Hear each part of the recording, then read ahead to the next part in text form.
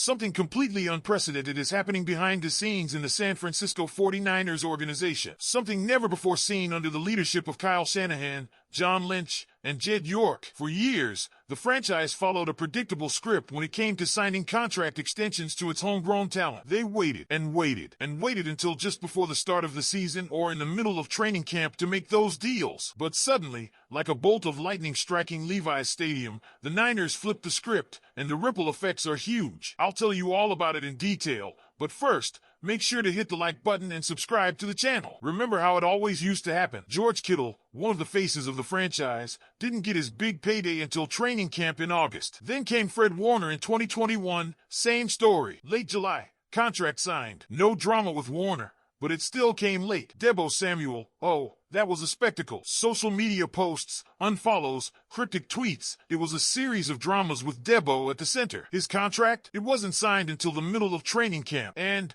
of course, Nick Bosa, the reigning defensive player of the year. No public drama, but negotiations stretched into the Wednesday before week 1 against the Steelers last year. And let's not forget Aiyuk and Trent Williams. Both had to wait until right before the opening kickoff last season to see pen hit paper. But here's where it gets worse. Waiting cost the Niners millions. Take Aiyuk as a prime example. Had the Niners moved quickly last offseason, they could have locked him in for around $25 million per year. But as other wide receivers signed massive deals, the market reset, and suddenly Aiyuk's price tag jumped to $30 million per year. That's not pocket change. That's millions that could have gone elsewhere. It's not just about money either. Waiting on contracts creates distractions. You start camp without key players. Those players aren't in game shape. They're sitting out, and practices lose their edge. Aiyuk looked heavier. DeEbo Samuel, a little out of shape. Even Nick Bosa wasn't his usual self early in the 2023 season, starting the year with a surprising sack drought. Instead of crisp reps, perfect timing, and clean execution, the Niners were dealing with noise, rumors, and distractions. And let's be real, this wasn't just bad luck. This was a self-inflicted wound, an issue that the fans, the media, even insiders, were screaming about for years. The 49ers were losing money, losing time, and losing momentum by dragging their feet with extensions. But what if I told you they finally listened? What if I told you the San Francisco 49ers have just made a massive organizational shift? A pivot that could redefine the way this team operates moving forward? It started subtly, almost under the radar. Last year, in the middle of a season overshadowed by contract chaos and uncertainty, the Niners did something uncharacteristic. They signed cornerback Deommodore Lenoir early. That's right, before he hit free agency, before other teams could throw ridiculous money his way. And folks, that decision? Absolute genius. Here's why. The cornerback market exploded this offseason. Derek Stingley, $30 million per year. J.C. Horn, $25 million annually. Jalen Ramsey still pulls in $24 million. Patrick Surtain, the reigning defensive player of the year, is making $24 million. Even players like A.J. Terrell are getting $20.25 million, while Denzel Ward sits at $20.1 million and Marshawn Lattimore at $19.52 million.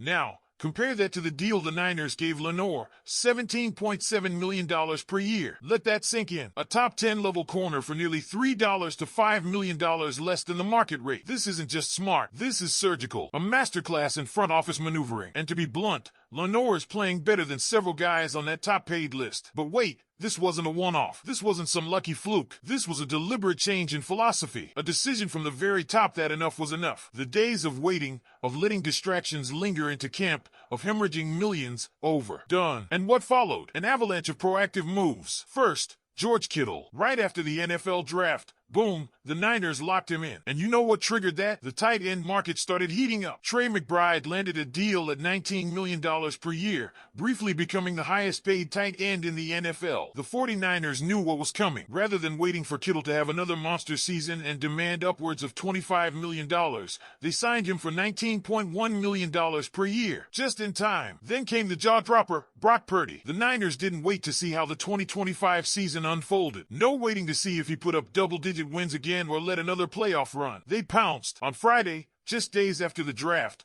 Brock Purdy inked his extension. Had they delayed, it could have cost them $60 million annually if Purdy had another stellar season. Instead, $53 million per year. A move that saved them at least $7 million a year, potentially tens of millions over the life of the contract. And then, on Monday, May 19th, 2025, the final domino fell. Fred Warner, the heart and soul of the defense. 3-year extension, $63 million total, $56 million guaranteed, $21 million average annual value. If the Niners had waited 2 more years, linebacker prices might have ballooned to $25 million per year. But not this time. They saw the writing on the wall. The salary cap keeps climbing. Wait, and you pay more. Act fast, and you lock in value. And think about what this signals to the locker room. To other players, you perform, you're rewarded. No drama, no distractions, no messy holdouts. The Niners are making it clear. They take care of their guys. They take care of their leaders. They're building a foundation of trust, loyalty, and focus. And that resonates across the NFL. Imagine being a free agent looking around the league. You see how the Niners operate now. A first-class organization. Players happy. Focused on football. Not contracts. Not distractions. You better believe that resonates. You better believe agents and players are watching this shift very, very closely. I need to know, what do you think about this massive shift in how the 49ers handle contracts? Drop your thoughts in the comments right now. And the ripple effects of this organizational shift don't stop at just dollars and cents. It's about culture,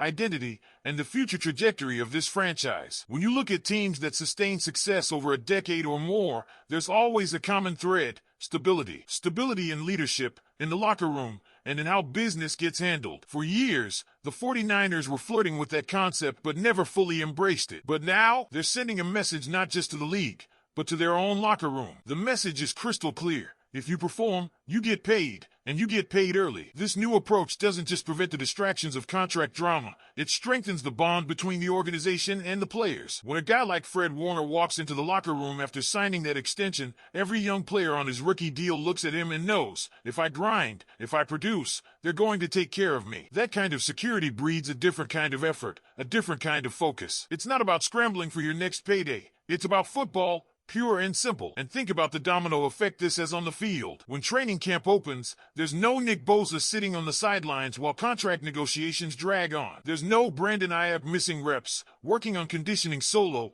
or dealing with the media storm that comes with a contract standoff. The entire squad hits the ground running. The offense gets sharper. The defense gets tighter. Execution improves. Chemistry builds faster. The team is locked in day one. Financially, it's a game changer. The salary cap is going up every year. Waiting only means paying more. The Niners, by getting ahead of the curve, are locking in superstar talent at today's prices before tomorrow's market spikes. You better believe this front office is watching other position groups too, because if they were smart enough to handle Kittle, Purdy, Warner, and Lenore early, you know they've got their eyes on the next wave. Who's next? Brandon Aiyuk? Talanoa Hufanga? You can bet those conversations are already happening behind closed doors. What do you think of this new era of front office decision-making? Is this the plan that will finally take the 49ers to the top? Are you confident that securing players like Kittle, Purdy, Warner, and Lenore early on is the formula for sustained dominance? Or do you still have questions about how this plays out in the long run? I want to hear from you. Leave your thoughts in the comments below. Be sure to hit the like button and subscribe to the channel to stay updated. Go Niners!